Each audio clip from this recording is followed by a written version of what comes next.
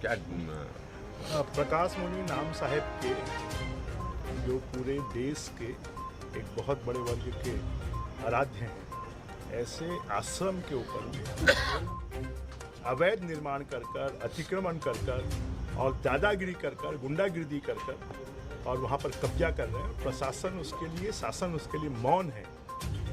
इसके लिए आज हम स्पॉट पर माननीय अजय चंद्राकर जी, शिवरतन शर्मा जी, हम प्रकाश मुनि साहब के आश्रम में भी गए थे। स्पॉट भी हमने देखा।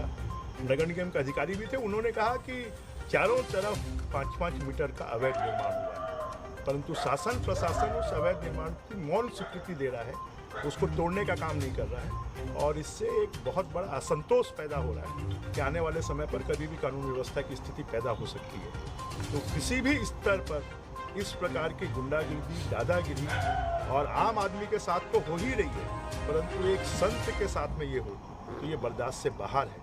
और इसके बारे में हम पहले स्पॉट पर जाने के बाद कलेक्टर से मिलकर उनको हमने कहा है कि आपको इस पर त्वरित कार्रवाई करना चाहिए, अन्यथा हम लोगों को सड़कों पर उतरना पड़ेगा। देखिए, सरकार के संरक्षण में कुछ लोग अपनी मनमानी कर और अभी तक तो आम आदमी की ज़मीनों पर कब्जा कर रहे थे। अब इस देश के कबीर समाज के सबसे बड़े संत और मुनि प्रकाश नाम साहेब के घर पर भी कब्जा करने की कोशिश है। नगर निगम आंख बंद करके और सब चीज़ों को देख रहा है, परंतु कोई कार्रवाई नहीं कर रहा। जब हमने अभी जानकारी चाहिए तो हमें बताया गया कि चारों तरफ 5-5 मीटर का जो निर्माण है वो अतिरिक्त निर्माण किया गया है। तो नगर निगम के लोग क्या सोए हुए थे? नगर निगम ने क्या नोटिस दिए?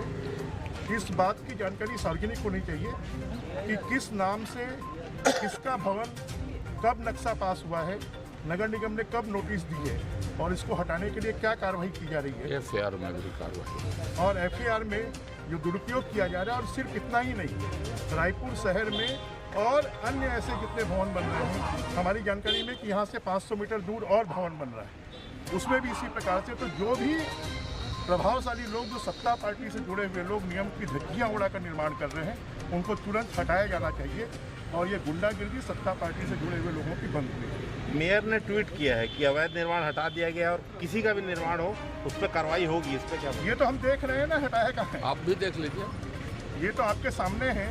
नगर निगम के इंजीनियर बता रहे हैं कि चारों तरफ 5-5 मीटर का अतिरिक्त निर्माण किया गया है और हटाया नहीं गया है। जो प्रकाश मुनि साहब का घर है, उनका आश्रम है, उस आश्रम की जो नींव है, दीवार है, वहाँ तक खुदाई हो गई है और उसको फिलिंग भी नहीं किया गया। वो बिल्डिंग भी कभी भी गिर सकती है। एक और सवाल, रायपुर दक्षिण में बहुत तेजी से अवैध कब्जा हो रहा है, बाहरी लोग बहुत तेजी से आ रहे हैं। लोगों के आने का मैटर नहीं है, बात यह है कि कब्जा बहुत तेजी से हो रहा है, सरकारी जमीन पे घर बन रहा है। ये सरकार के संरक्षण में गुंडागिर्दी होकर लोगों के जमीन पे, लोगों के जायदाद पे कब्जा किया जा रहा है, उनको धमकियाँ दी जा रही है और ये सरकार के संरक्षण में हो रहा है। ये शर्मनाक बात है। हम तो चाहेंगे कल राहुल गांधी जी आ रहे हैं, जो ये सब कारनामे और करामात छत्तीसगढ़ की राजधानी रायपुर में हो रही है, क्या उसकी तरफ भी वो संज्ञान लेंगे? चुनाव की तैयारी तो नहीं, छोटे छोटे मकान झोपड़ियाँ बन रही है, अवैध है, सब सरकारी जमीन पे है। बालकृष्ण अग्रवाल का जो निर्माण ढाया गया था, उसके पास भी आसपास तमाम जो है पूरे शहर में सत्ता पार्टी से जुड़े हुए लोग इसी धंधे में लगे हुए हैं और सरकार के संरक्षण में लगे हैं। ये अराजकता और अनार्की स्थिति है। छत्तीसगढ़ में कोई शासन नाम की चीज़ है, ऐसा दिखाई नहीं देता है।